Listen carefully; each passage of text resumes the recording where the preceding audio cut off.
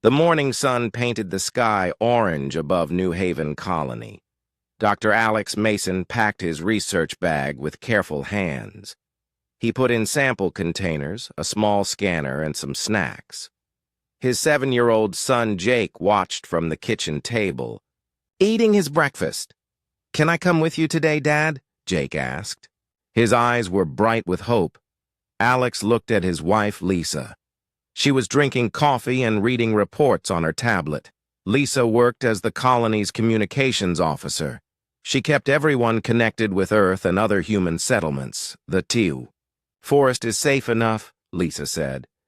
"The dangerous animals stay in the deep woods. You're only going to the edge." Alex smiled at his son. "Get your jacket, Jake. We leave in 10 minutes. Jake jumped up from his chair. He ran to get his small backpack. Alex had given it to him for his birthday. It had his name written on it in blue letters. Jake always carried it when they went exploring together. New Haven was a small colony on a planet far from Earth. Only 200 people lived there. Most of them were scientists like Alex. They studied the plants and animals on this new world. The planet had 2 suns and strange purple grass. The trees grew taller than any trees on Earth. The colony sat in a valley between rolling hills. A river ran through the middle of town. The buildings were made of metal and plastic brought from Earth. They looked small under the huge alien sky.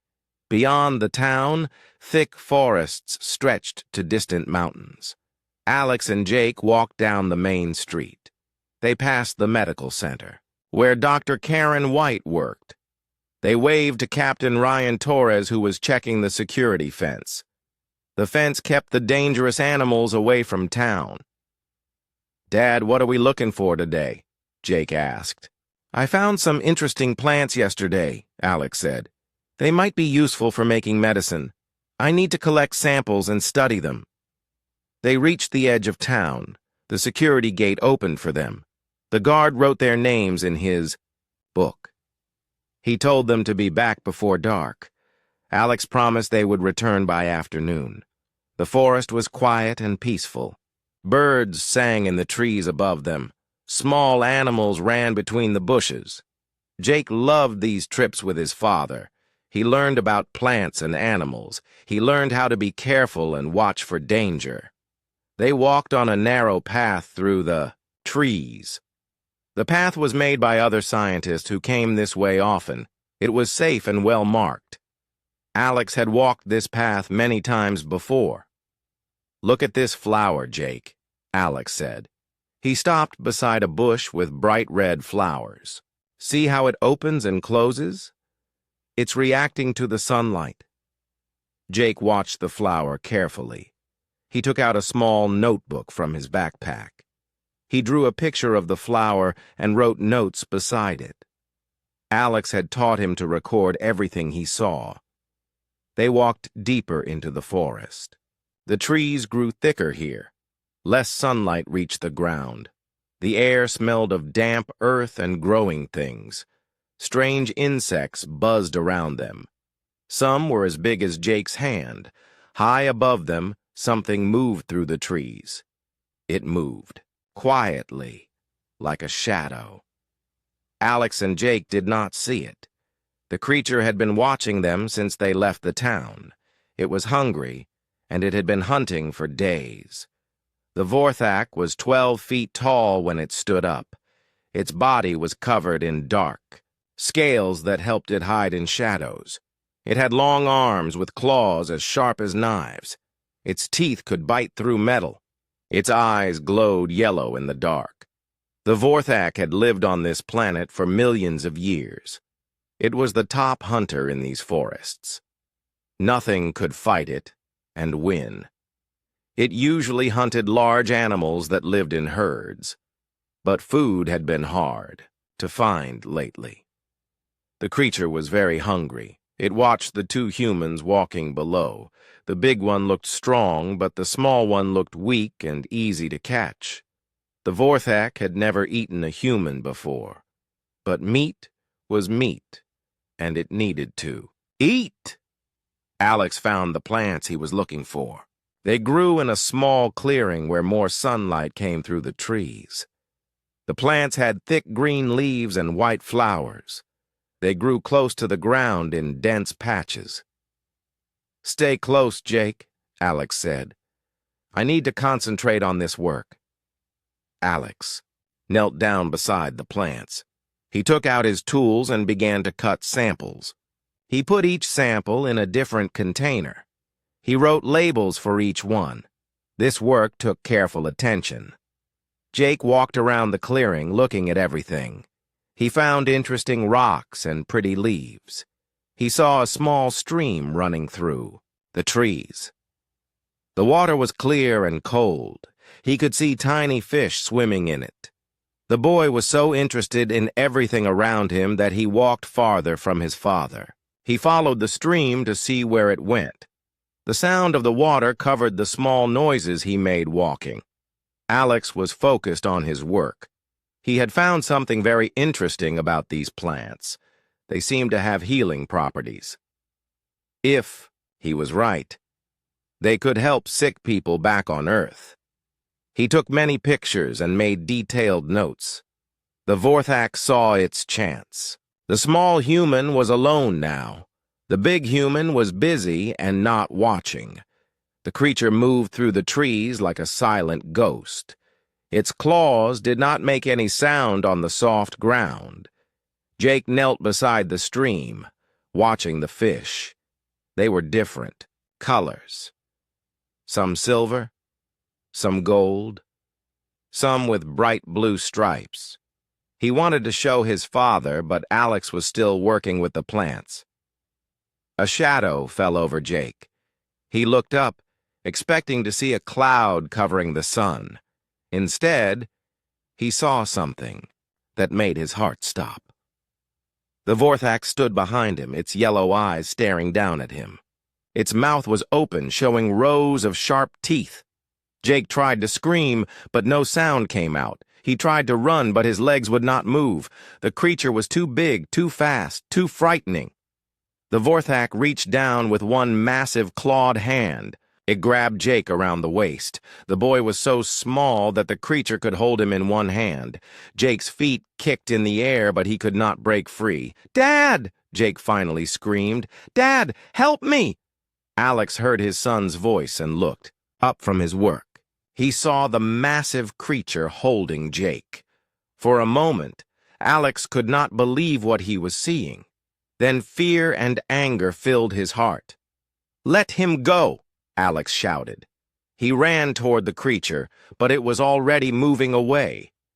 The Vorthak turned and ran into the deep forest. It moved fast despite its size. It knew these woods better than any human ever could. It had paths and hiding places that no one else knew about.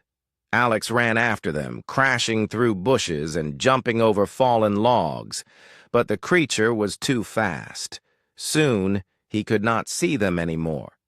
He could only hear Jake's voice calling for help, getting farther and farther away.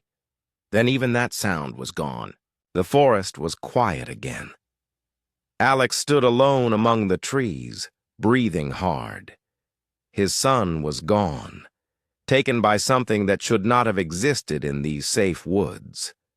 Alex looked at the ground where the creature had stood.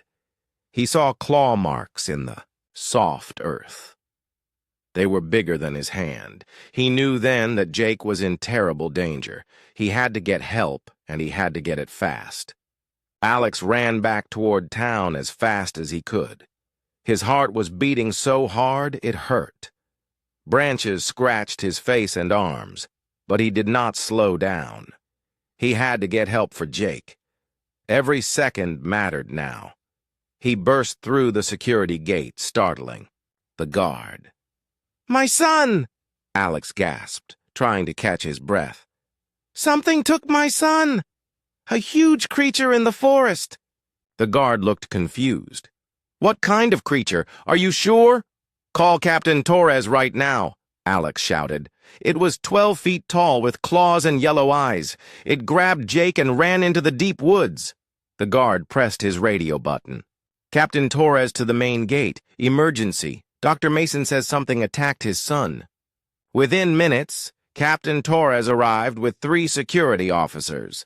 Lisa came running behind them. Her face was white with fear when she saw Alex covered in scratches and dirt.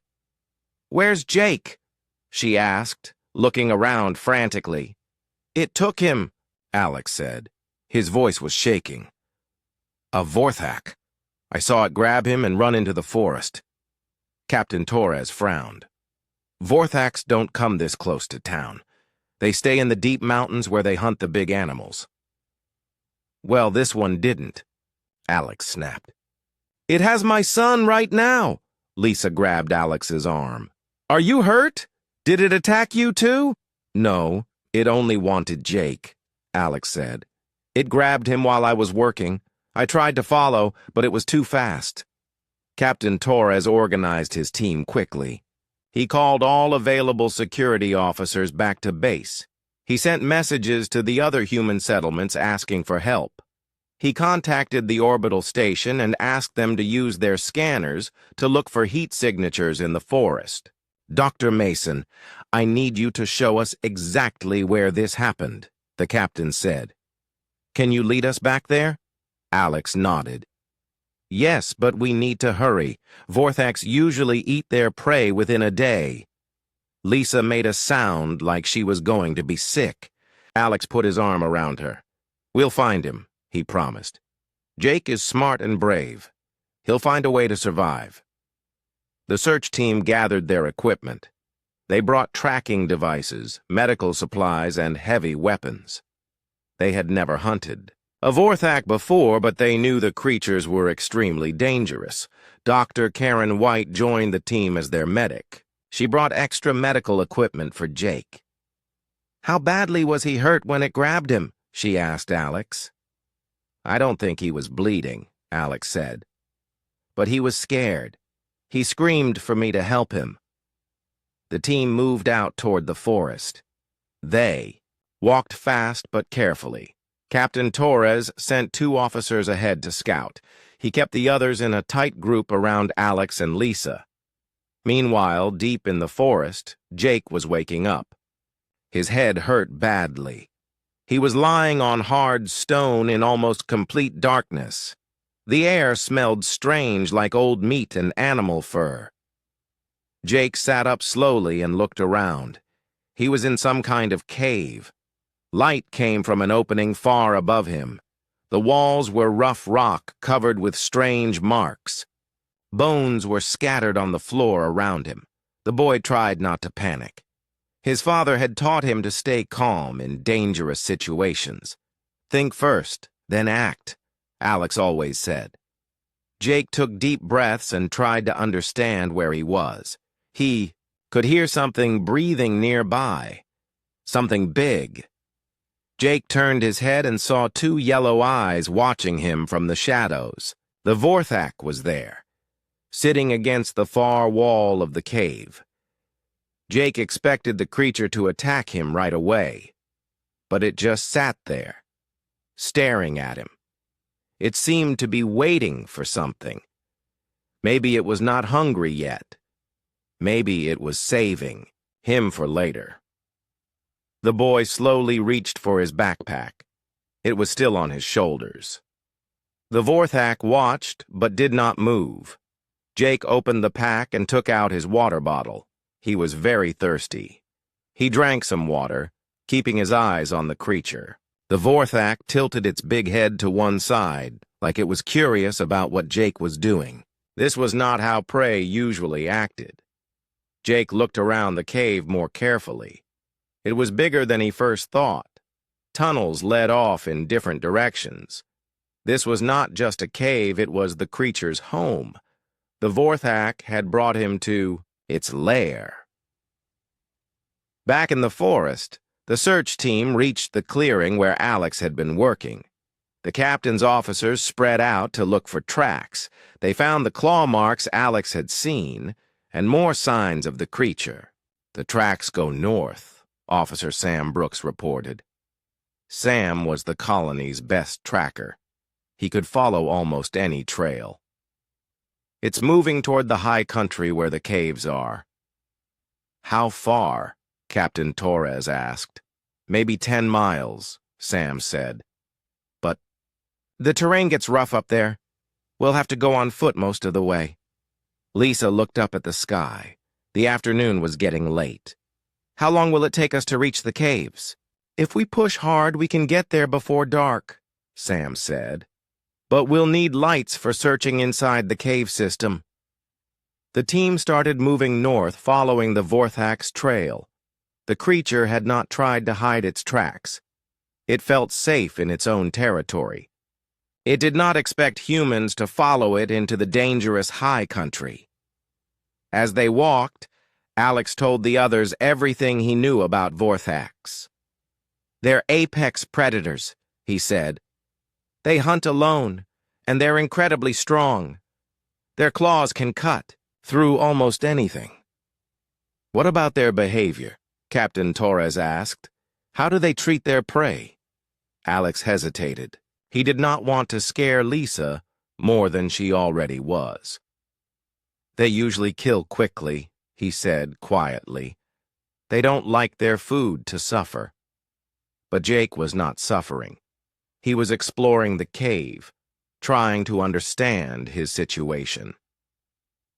The Vorthak watched everything he did with growing confusion. This small creature was not acting like prey at all. Jake found a small pool of water in one corner of the cave.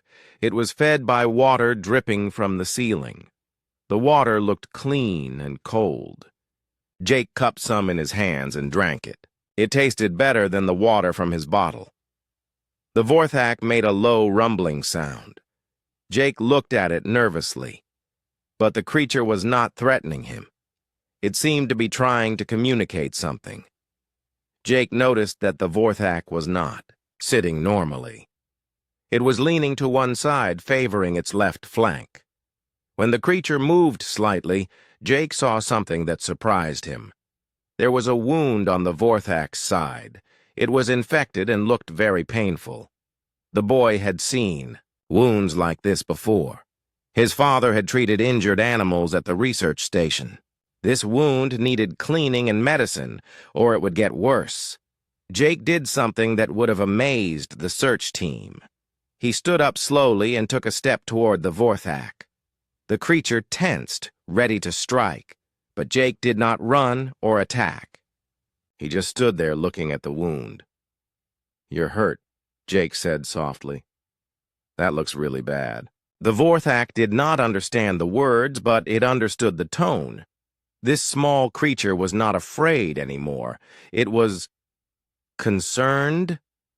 This had never happened before in the Vorthak's long life.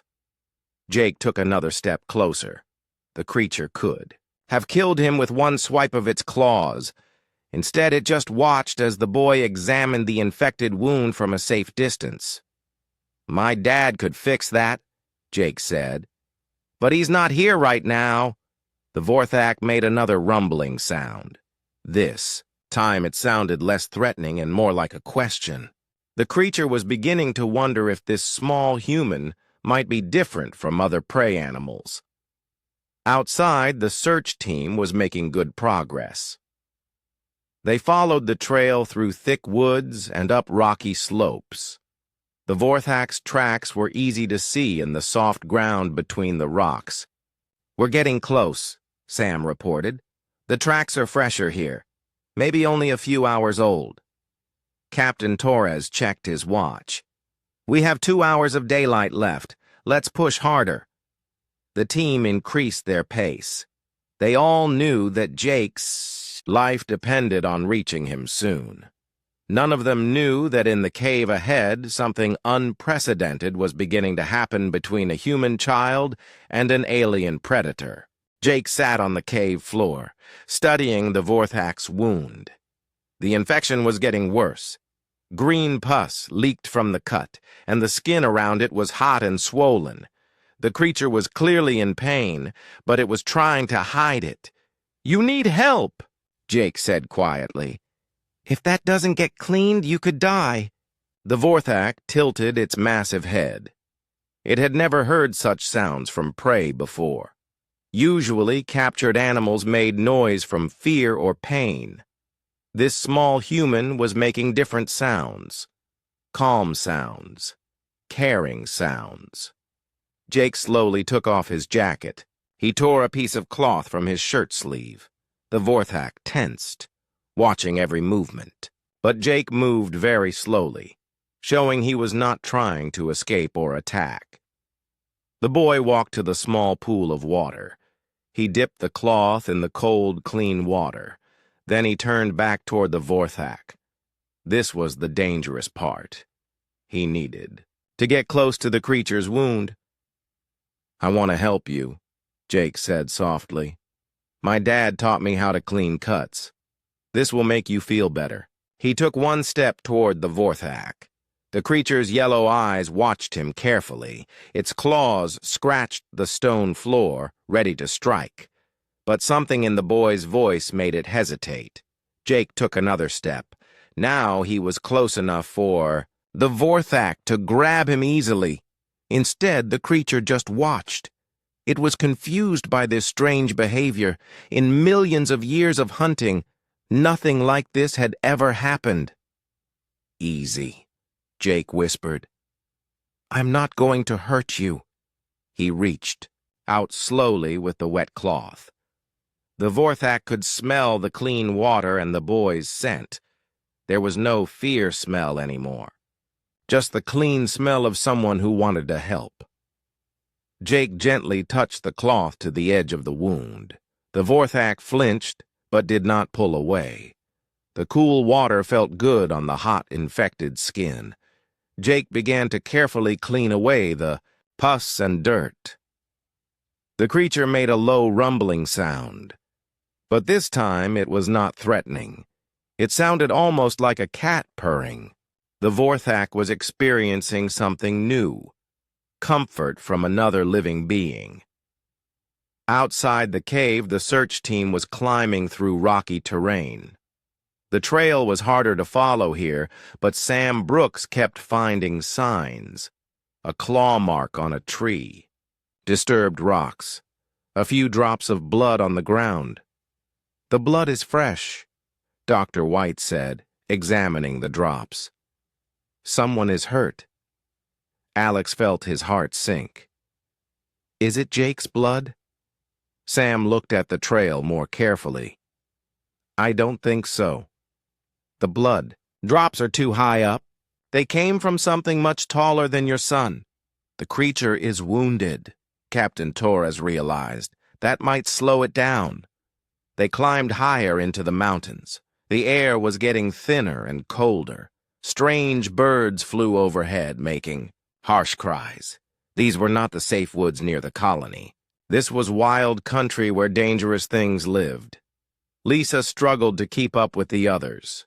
She was not used to climbing rocks and steep paths. But she would not give up. Her son needed her, and she would walk through fire to reach him. How? Much farther? She asked Sam. The cave system is just ahead, Sam said.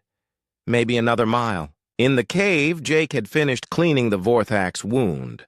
The creature looked much more comfortable. The hot, angry redness around the cut was already starting to fade. There, Jake said, sitting back. That should feel better. But you really need medicine to fight the infection. The Vorthak studied this small human with new eyes. No prey animal had ever helped it before. They only tried to escape or fight. This one was different. Very different. Jake was thirsty from his work.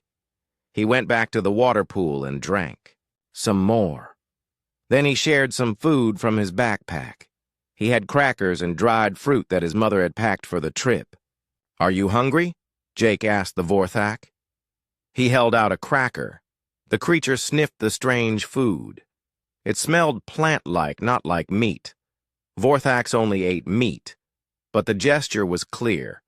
This small being was trying to share its food, the Vorthak made a decision that went against all its instincts.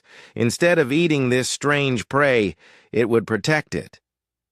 Something about the boy's kindness touched a part of the creature's mind that had never been used before. Jake began to talk. While he ate his snack, he told the Vorthak about his life on the colony. He talked about his parents and their work. He described Earth and the long journey through space to reach this planet. The creature did not understand the words, but it listened to the tone. The boy's voice was friendly and calm. He was not afraid anymore. He was treating the Vorthak like a friend, not a monster. Outside, something else was moving through the forest. A pack of Scaran had picked up the scent trail. These smaller predators were different from Vorthaks.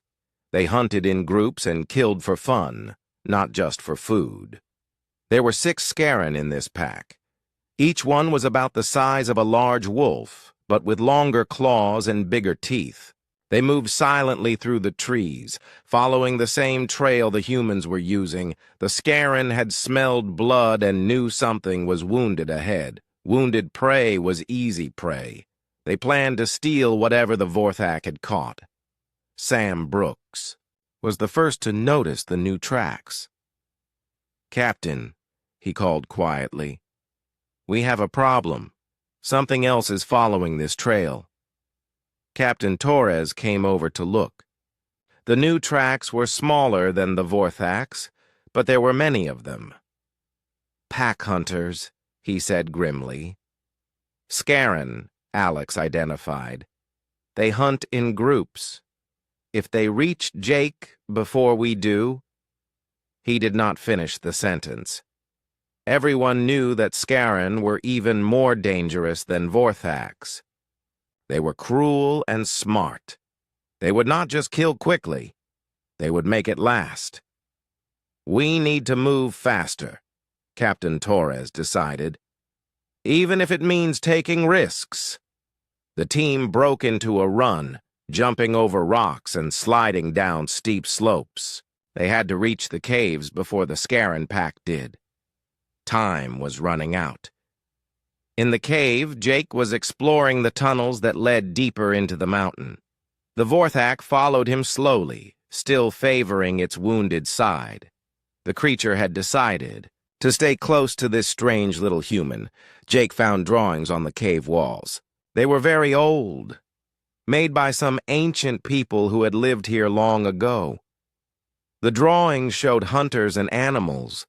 Some showed creatures that looked like Vorthaks, but smaller. "Look at this," Jake said, pointing at the drawings. "I think your people have lived here for a very long time." The Vorthak looked at the ancient pictures. It recognized some of the shapes. These were stories of its ancestors, painted by creatures it had never seen before. Someone else had once lived in these caves. Jake found something else interesting. In one of the side tunnels, there were plants growing. They grew in soil that had washed in from outside. Some of the plants had flowers that glowed softly in the dark. The boy remembered something his father had taught him. Some plants could fight infections. Maybe these glowing flowers had healing properties. Jake picked a few and brought them back to the main cave. He crushed the flowers between 2 rocks, making a paste. The paste glowed with a soft blue light. Jake approached the Vorthak again with his new medicine. "Let's try this," he said. "It might help fight the infection." The Vorthak allowed Jake to put the glowing paste on its wound. The medicine felt cool and soothing. Almost immediately, the creature felt less pain. The boy had found something that actually worked. As Jake worked, he kept talking. He told the Vorthak about his dreams of exploring space and discovering new worlds. He talked about all the amazing things he wanted to see and learn. The creature listened to every word. It was beginning to understand that this small human was not just different from other prey. He was different from anything the Vorthak had ever encountered. He was intelligent, kind, and fearless. Outside the cave, both the search team and the Scaran pack were getting closer. The race was on to see who would reach Jake first, but inside the cave, something wonderful was happening. A friendship was growing between two very different species. The Vorthak made a decision. If danger came to this cave, it would protect the small human. Not because Jake was useful or tasty, but because he had shown kindness when he could have shown fear. Jake finished applying the medicine and sat back. The Vorthak's wound already looked better. The angry redness was fading, and the creature seemed more comfortable. "My dad is probably looking for me," Jake said. "He'll be really worried, but don't be scared of him. He's nice, like me." The Vorthak rumbled softly. It was not afraid of other humans. It was only afraid of losing its new friend. For the first time in its life, the creature understood what it meant to care about someone else's safety. The Scaran pack reached the cave system first. They moved like shadows through the rocks, their claws clicking softly on stone. The pack leader was a large female with scars across her face. She had been hunting these mountains for many years. Tupper, Scaran could smell the Vorthak and something else. Something small and warm that smelled like fear, but also strangely like medicine and kindness. They had never smelled anything quite like it before. Inside the cave, the Vorthak suddenly lifted its head. Its nostrils flared as it caught a dangerous scent. The creature's whole body tensed. It knew that smell.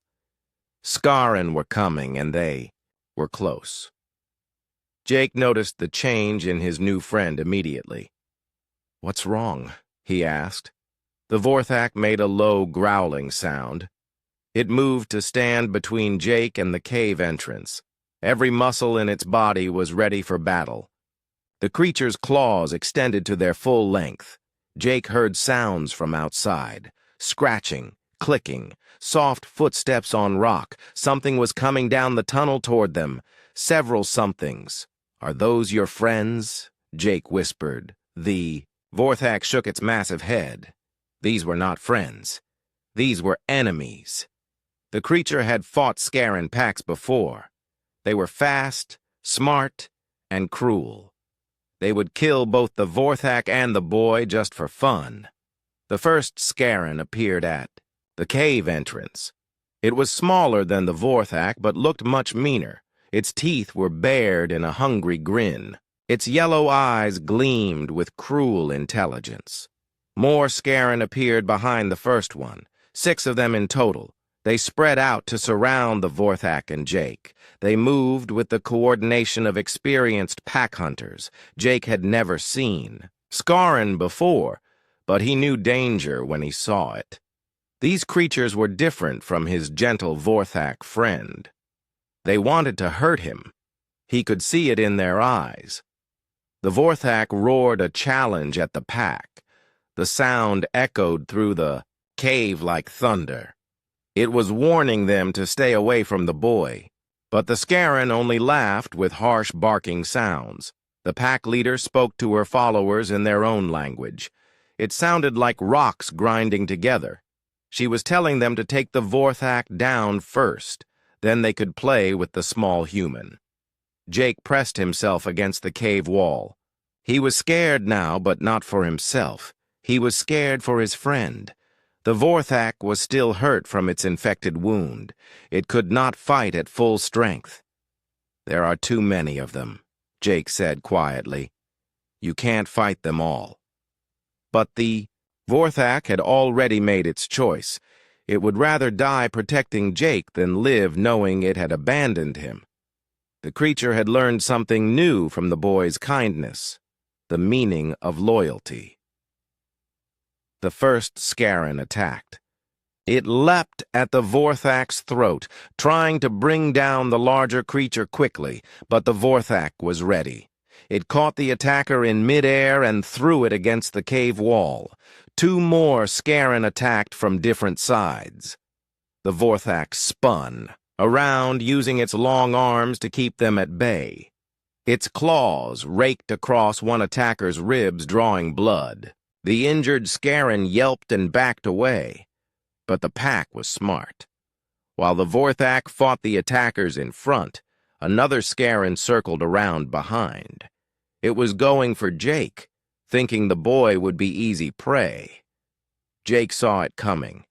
He grabbed a loose rock from the cave floor and threw it as hard as he could. The rock hit the Scaran in the head, making it stumble. The creature shook its head and snarled at the boy. "Stay away from him," Jake shouted, picking up another rock. The Vorthak heard Jake's voice and realized the boy was in immediate danger. With a roar of rage, it abandoned its defensive position. The creature charged across the cave, bowling over two Scaran to reach, the one threatening Jake. The Vorthak grabbed the Scaran in its powerful hands and lifted it off the ground. The smaller predator struggled and bit, but it could not break free. The Vorthak squeezed until the Scaran stopped moving, then threw the body aside. But this left the Vorthak exposed to the other attackers. Three Scaran jumped on its back, clawing and biting. The creature roared in pain as their claws found the infected wound that Jake had been treating. Jake could not watch his friend suffer. He ran forward with his rock, hitting one of the Scaran on the back of the head. The creature turned to snap at him, giving the Vorthak a chance to shake off another attacker. Outside the cave, the human search team heard the sounds of battle. Roars, snarls, and echoing crashes came from deep inside the mountain. "That's not just one creature," Captain Torres said grimly. "Something big is happening in there." They ran faster through the rocky tunnels, following the sounds of fighting. Their lights bounced off the cave walls as they hurried deeper into the mountain. Back in the main cave, the battle was not going well for the Vorthak. The creature was strong, but it was outnumbered and weakened by its wound. The Scaran were wearing it down with quick attacks and retreats. Jake tried to help however he could. He threw rocks and shouted to distract the attackers. But he was just a small boy, and there was little he could do against such fierce predators. Qiao, pack leader, decided to end the fight quickly. She called to her remaining followers with sharp barks. They would all attack at once and bring down the Vorthak together. The Scaran formed a circle around the Vorthak and Jake. They crouched low, ready to spring. Their eyes glowed with hunger and cruelty. This was the moment they had been waiting, for Jake stood beside his wounded friend. The Vorthak was breathing hard and bleeding from several deep cuts, but it still placed itself between the boy and the attackers. It would fight to its last breath to protect Jake. "I'm sorry," Jake whispered to the Vorthak. "This is my fault. You got hurt because of me." The creature looked down at the boy with its golden eyes. It made a soft, rumbling sound that seemed to say no. This was not Jake's fault. This was what friends did for each other. The Scaran pack tensed, ready to make their final attack. But before they could move, new sounds echoed through the cave. Human voices, running footsteps, the bright beams of electric lights. "Jake!" Alex's voice called from the tunnel. "Jake, where are you?" The search team burst into the cave just as the Scaran were about to attack. Captain Torres and his officers had their weapons ready. Dr. White carried her medical bag, and Sam Brooks had his tracking equipment. But they all stopped in amazement at what they saw. A massive Vorthak stood protectively over Jake, facing down, a pack of Scaran. The boy was not cowering in fear. He was standing beside the huge creature like they were partners. "Don't shoot the big one," Jake called out. "He's my friend. He's protecting me." Alex could hardly believe what he was seeing. His son was alive and unhurt, standing next to one of the most dangerous predators on the planet. And the creature seemed to be defending Jake, not threatening him. The Scaran pack hesitated when they saw the humans with their bright lights and strange weapons.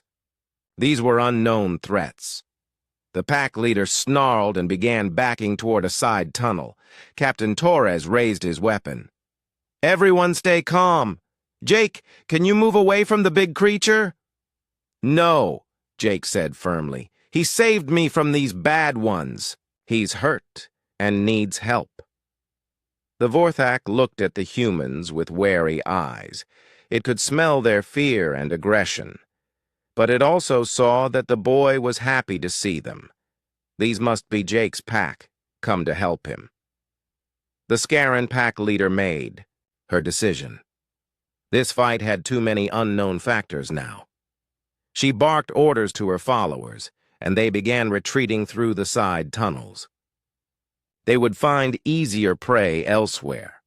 As the Scaran disappeared into the darkness, the cave became quiet, except for everyone's heavy breathing. The humans stared at the Vorthak, and the creature stared back at them. Jake broke the tense silence. "Dad, this is my friend. I helped him with his hurt, and he protected me from the mean ones." Alex looked at his son, then at the massive predator that had somehow become Jake's protector. In all his years as a scientist, he had never seen anything like this. The boy had done something impossible. He had made friends with an apex predator. The Vorthak slowly sat down, showing it was not going to attack. It kept its eyes on the humans, but stayed close to Jake. The creature had accepted that these were the boy's people, and they were now under its protection, too. The cave was very quiet now. Everyone stared at each other, not sure what to do next. The Vorthak sat beside Jake like a giant guardian. Its golden eyes watched the humans carefully, but it showed no signs of aggression. Dr. White was the first to move. She could see that both Jake and the Vorthak were injured. Her medical training took over her fear. "Jake, are you hurt?" she asked, taking a step forward. The Vorthak tensed when she moved, but Jake put his small hand on the creature's arm. "It's okay," he told his friend. "She's a doctor. She helps hurt people." Alex watched in amazement as his son calmed the massive predator with just a touch and gentle words. "Jake, how did this happen? How did you make friends with it?" "He was hurt," Jake explained simply. "I cleaned his wound and gave him medicine. Then the bad ones came, and he protected me."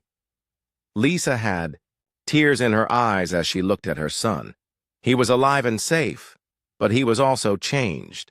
In just one day, Jake had learned something about courage and friendship that most adults never understood. Captain Torres kept his weapon lowered but ready. "Dr. Mason, what do we do now? We can't leave that thing here with your son." "He's not a thing," Jake said firmly. "He's my friend, and his name is Guardian." The Vorthak made a soft, rumbling sound when Jake said the name. It seemed to understand that this was what the boy was calling it. Guardian. It was a good name for someone who protected others. Dr. White moved closer slowly, her hands visible and empty. "Jake, can you ask your friend if I can look at his wounds? I have medicine that might help." Jake looked up at Guardian. The creature was still bleeding from the Scaran attack. "She wants to help you," Jake told the Vorthak. "She has better medicine than I do." Guardian looked at the human doctor with suspicious eyes. But Jake trusted her, so Guardian would try to trust her too. The creature slowly extended its wounded arm. Dr. White had never treated a Vorthak before, but a wound was a wound. She cleaned the cuts carefully and applied antibiotic gel. Guardian watched everything she did, ready to pull away if she tried to hurt him. The infection is clearing up nicely, Dr. White told Jake. Your friend did good work cleaning it. Alex knelt down beside his son. Jake, I need you to understand something. This creature is very dangerous. It could hurt you without meaning to. No, he won't, Jake said with complete confidence. Guardian is my friend. Friends don't hurt each other. Sam Brooks had been studying the cave while the others talked. Captain, we need to make a decision soon. More Scarron might come back, and this isn't a safe place for any of us. Lisa finally found her voice. Jake, we need to go home now. Your friend can stay here where he belongs. Jake's eyes filled with tears. But Guardian is hurt, and he saved my life. We can't just leave him alone. The Vorthak understood the boy's distress even without knowing the words. It made a low, comforting sound and gently touched Jake's shoulder with one massive finger. Alex looked at his son and the creature that had protected him. An idea was forming in his mind. It was crazy, but it might work. What if we didn't have to leave Guardian here? Alex said slowly. Everyone stared at him. Captain Torres shook his head. Dr. Mason, you can't be serious. Bring a Vorthak back to the colony? Think about it, Alex said. This creature has shown intelligence and the ability to form bonds. Jake has proven that humans and Vorthaks can communicate. This could be the biggest breakthrough in xenobiology ever. Guardian watched the humans talking. It could sense they were discussing something important. The creature looked at Jake, who was still crying softly. I don't want to leave Guardian, Jake said. He needs us, and we need him too. Lisa looked at her husband and son. She could see the bond between Jake and the Vorthak. It was real and strong. But bringing a predator back to the colony seemed impossible. How would it even work? She asked. Where would it live? What would it eat? We have the research facility, Alex said. It's big enough, and we could modify it. As for food, Vorthaks are hunters. We could arrange for it to hunt in the wild. Areas around the colony. Dr. White finished treating Guardian's wounds. The creature seems calm and intelligent, she said. If Jake can communicate with it, maybe we could learn to understand its language. Captain Torres was still doubtful. What if it attacks someone? What if it decides Jake isn't worth protecting anymore? Jake looked up at Guardian. The creature looked back at him with those golden eyes. There was understanding there, and loyalty, and something that might have been love. He won't hurt anyone, Jake said. Guardian is good. I know he is. The Vorthak seemed to understand that they were talking about it. It made a series of soft sounds, almost like it was trying to speak. Then it did something that amazed everyone. Guardian carefully picked up Jake and held him gently against its chest. The creature began to purr, a deep rumbling sound that filled the cave. It was showing the humans how much it cared for their young one. Alex made his decision. We're taking Guardian back with us. Jake is right. This creature saved his life. We owe it a chance at a new life, too. The journey back to the colony was slow and careful. Guardian walked beside the humans, never straying far from Jake. The other team members were nervous at first, but they gradually relaxed as they saw how gentle the creature was. When they reached New Haven, word spread quickly. Soon, half the colony had gathered to see the impossible sight, a Vorthak walking peacefully among humans, following a 7-year-old boy like a loyal pet. Some people were afraid. They wanted Guardian locked up or sent away, but Jake stood in front of his friend and refused to let anyone hurt him. Guardian saved me, Jake told the crowd. He fought monsters to keep me safe. If you try to hurt him, you'll have to go through me first. Alex and Lisa stood beside their son. Captain Torres and his officers formed a protective circle around Guardian. Dr. White began explaining to everyone how remarkable this situation was. Over the following weeks, Guardian proved himself again and again. When a storm damaged the colony's power grid, Guardian used his strength to move heavy equipment. When wild animals threatened the crops, Guardian scared them away without hurting them. Most importantly, Guardian never showed any aggression toward humans. He seemed to understand that they were all Jake's people, and therefore under his protection. Jake visited Guardian every day at the research facility. He brought the creature food and water, and they would sit together while Jake told stories, or drew pictures. Guardian learned to understand many human words, and Jake learned to interpret the creature's sounds and gestures. Dr. White began a formal study of human Vorthak communication. She discovered that Vorthaks were much more intelligent than anyone had realized. They had complex emotions and could form deep bonds with other species.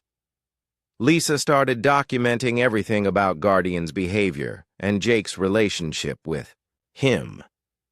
She sent reports to Earth and other colonies describing this breakthrough in interspecies relations. Alex worked on modifying the research facility to better suit Guardian's needs. He created spaces where the creature could exercise and rest comfortably. He also arranged for Guardian to hunt in the wild areas around the colony, where there were plenty of animals but no danger to humans. 6 months later, Jake was playing in the facility when alarms started sounding throughout the colony. A ship had crashed in the mountains, and the crew was trapped inside. The rescue teams couldn't reach them because of dangerous terrain and unstable weather. Jake looked at Guardian. "They need help," he said. Guardian understood. The creature had learned that Jake's people were good people who helped each other. If they were in danger, Guardian would help them too.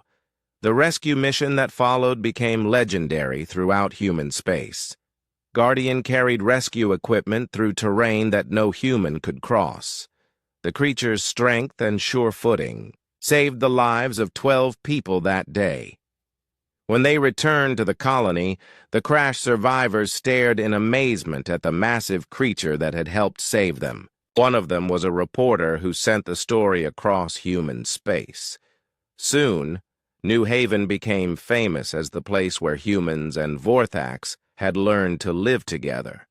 Scientists came from other worlds to study Guardian and Jake's unique friendship. But for Jake, Guardian was not a scientific phenomenon or a famous creature. Guardian was simply his best friend, the gentle giant who had protected him in a dark cave and continued to watch over him every day. One evening, as Jake sat with Guardian watching the sunset, his father joined them. "Do you ever regret what happened that day in the forest?" Alex asked his son. Jake thought about it seriously. "No," he said finally. "I was scared at first, but then I made the best friend anyone could have. Guardian taught me that even scary things can be good if you give them a chance." Guardian rumbled softly and gently patted Jake's head with one massive finger. The creature had learned something important, too. That size and strength meant nothing compared to kindness and courage. As the stars came out above New Haven, Jake fell asleep against Guardian's warm side. The Vorthak kept watch through the night, as it had done every night since that day in the cave. The predator that had once taken a human cub had indeed regretted its choice. Not because it got hurt, but because it had almost missed the chance to discover what friendship really meant. And in protecting Jake, Guardian had found something more precious than any prey, a family. 2 years had passed since Guardian came to live at New Haven Colony. The research facility had become his home, and Jake visited him every day after school. Their friendship had grown stronger with time, and Guardian had learned to understand many human words and customs. One morning, Jake ran to the facility with exciting news. He burst through the doors, his backpack bouncing on his shoulders. Guardian was sitting in his favorite spot by the large window, watching the morning sky. "Guardian!" Jake called out. "Guess what happened?" The massive Vorthak turned his golden eyes toward the boy. Over the years, Guardian had learned to read Jake's expressions. The boy was very excited about something. Guardian made a questioning rumble deep in his throat. "Mom got a message from Earth," Jake said, running over to his friend. "They want to send scientists here to study you. Real important scientists from the big universities." Guardian tilted his huge head to one side. He understood most of what Jake said, but he was not sure why this was so exciting. Scientists already came to visit him all the time. They poked and prodded and asked him to do things while they watched and took notes. Jake sat down beside Guardian and pulled out his tablet. He showed the creature pictures of Earth and the famous scientists who wanted to come study interspecies communication. "They say you're the most important discovery in 100 years, Jake explained. "You're famous across all the human worlds now. Everyone wants to know about the Vorthak who became friends with humans." Guardian studied the pictures on the tablet. He saw images of humans in white coats standing in big rooms full of strange equipment. These humans looked serious and important. Guardian was not sure he wanted to meet them. Dr. White entered the facility just then. She had become Guardian's primary caretaker and had learned to communicate with him better than anyone except Jake. She could see that Guardian looked worried about something. "What's got our big friend concerned?" she asked Jake. "I was telling him about the scientists coming from Earth," Jake said. "I think he's nervous about meeting them." Dr. White nodded. She understood Guardian's feelings. The Vorthak had become comfortable with the small group of people at New Haven, but meeting strangers was always stressful for him. "Guardian," she said gently, "the new scientists are good people. They want to learn from you, just like we did. You don't have to do anything you don't want to do." Guardian made a soft sound that meant he understood, but he was still worried. What if these new humans were not as kind as Jake and his family? What if they wanted to take him away from his home? Later that day, Alex came to visit Guardian with some concerning news. He sat down with Jake and explained the situation carefully. "Son, some of the scientists coming from Earth have different ideas about Guardian," Alex said. "They think he should be studied in a laboratory on Earth where they have better equipment." Jake's face turned red with anger. "They want to take Guardian away? That's not fair. This is his home." "I know," Alex said. "Your mother and I are fighting to keep Guardian here, but these scientists have a lot of power. They might be able to force us to send him to Earth." Guardian listened to this conversation with growing alarm. He understood enough to know that some humans wanted to separate him from Jake. The thought made his heart race with fear. Jake was his family. New Haven was his home. He did not want to go to some strange place far away. That night, Guardian could not sleep. He paced around his living area, worrying about what might happen. Through the window, he could see Jake's house in the distance. The boy's bedroom light was on.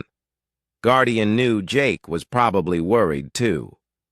The next morning brought the arrival of the Earth scientists.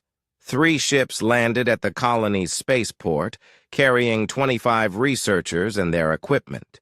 The lead scientist was Dr. Marcus Webb, a famous expert in alien life forms. Jake watched the ships land from Guardian's window. His stomach felt sick with worry. These people had the power to take his best friend away from him. Dr. Webb was a tall man with gray hair and cold blue eyes.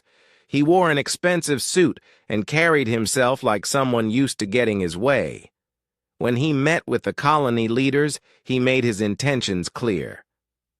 This creature is too valuable to waste in a frontier colony, Dr. Webb said. On Earth, we have facilities that can properly study its capabilities. We can learn things here that are impossible in this primitive setup. Lisa Mason stood up from her chair. Guardian is not a thing to be studied, she said firmly.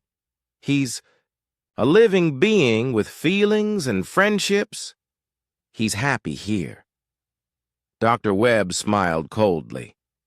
Mrs. Mason, I understand you've grown attached to the creature, but we must think of the greater good. The knowledge we could gain from proper study could benefit all humanity. Captain Torres also stood up. Dr. Webb, Guardian has been peaceful here for 2 years. He's helped save lives and has never shown any aggression. Why change something that works? Because we're not here to play house with alien pets, Dr. Webb replied sharply. We're here to advance human knowledge. This creature could hold secrets about alien biology that we've never dreamed of. Meanwhile, Jake had snuck out of school to be with Guardian. He found his friend looking very sad and frightened. The Vorthak could sense the tension in the air. He knew something bad was about to happen. Don't worry, Guardian, Jake said, hugging the creature's massive arm. I won't let them take you away. We'll figure something out. Guardian made a low, mournful sound. He appreciated Jake's loyalty, but he could see how upset the boy was. Maybe it would be better if Guardian left voluntarily. Then Jake would not have to fight these powerful humans. But Jake seemed to read Guardian's thoughts. No, the boy said, firmly. Don't even think about giving up. You belong here with us. This is your home, and I'm your family. Dr. White arrived at the facility with troubling news. Jake, your parents sent me to get you. Dr. Webb has legal papers from Earth. He says he has the authority to take Guardian for study. Jake's eyes filled with tears, but his voice was strong. He can't just steal Guardian. That's not right. No, it's not right, Dr. White agreed. But Dr. Webb has powerful friends on Earth. The colonial government might not be able to stop him. That afternoon, Dr. Webb came to see Guardian personally. He brought several assistants and a lot of equipment. Guardian retreated to the far corner of his living space, clearly frightened by all the strangers. Magnificent, Dr. Webb said, studying Guardian like he was looking at a museum display. Even better than the reports described. This specimen will teach us so much about predator evolution and alien intelligence. Jake stepped in front of Guardian protectively. His name is Guardian, not Specimen. And he's my friend, not your test subject. Dr. Webb barely glanced at the boy. Son, you don't understand the importance of scientific advancement. This creature could unlock secrets that help humanity explore the galaxy.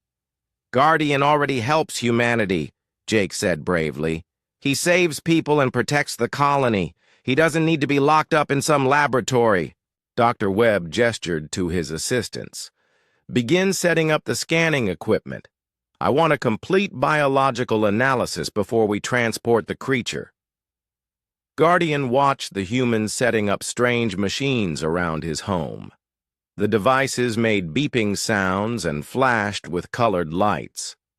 The Vorthak had never seen anything like them before, and they made him very nervous.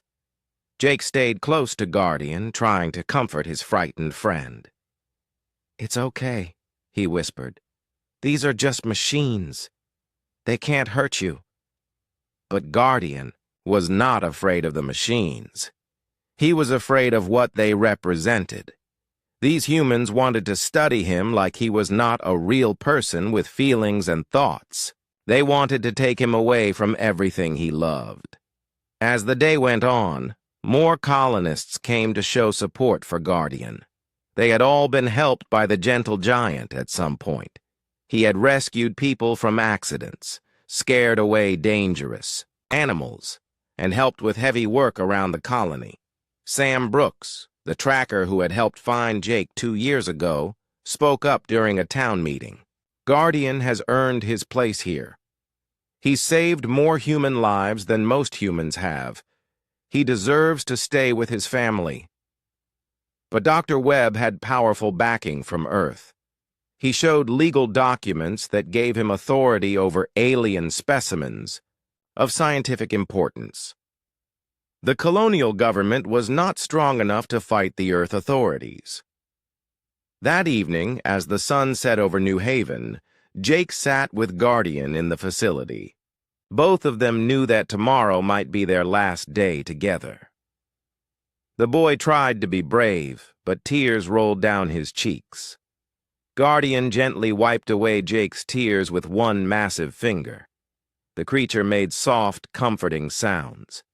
Even facing separation from his only family, Guardian was more worried about Jake's sadness than his own fear. "I won't forget you," Jake whispered. "No matter where they take you, you'll always be my best friend." Guardian rumbled softly. He would never forget Jake either.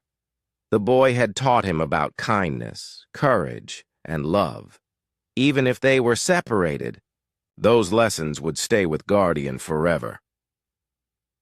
Outside, Dr. Webb was preparing transport containers and scheduling ships. He planned to take Guardian to Earth within the week, but he had not counted on the determination of a 9-year-old boy who would do anything to protect his friend.